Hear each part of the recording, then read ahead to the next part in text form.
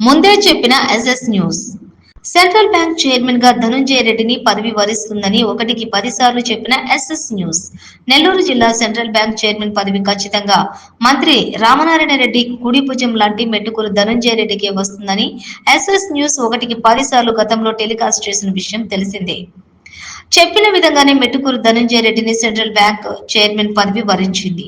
అటు ఆత్మకూరు నియోజకవర్గంలో, ఇటు వెంకటగిరి నియోజకవర్గంలో, అలాగే ఏపీ వేమిరెడ్డి ప్రభాకర్ రెడ్డి విజయంలో తీవ్రంగా కృషి చేసిన మెట్టుకూరు ధనుంజయ రెడ్డిని సెంట్రల్ బ్యాంక్ చైర్మన్ పదవి వరించింది.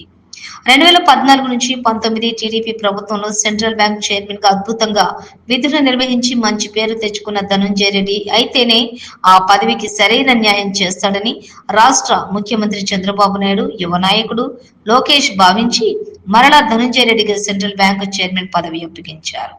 దీంతో ధనుంజయ రెడ్డి స్వగ్రామం అనంతసాగరం మండలం లింగంగుంటలోని ఆనందోత్సవాలు కనిపించాయి. టపాసులు పేలుస్తూ మిఠాయిలు పంచుకుంటూ ఆనందం వ్యక్తం చేశారు. ఉమ్మడి నెల్లూరు జిల్లాలో 46 మండలాల్లో మెట్టుకూరు ధనుంజయ రెడ్డికి సెంట్రల్ బ్యాంక్ చైర్మన్ పదవి రాగానే సంబరాలు అంబరాన్నంటాయి.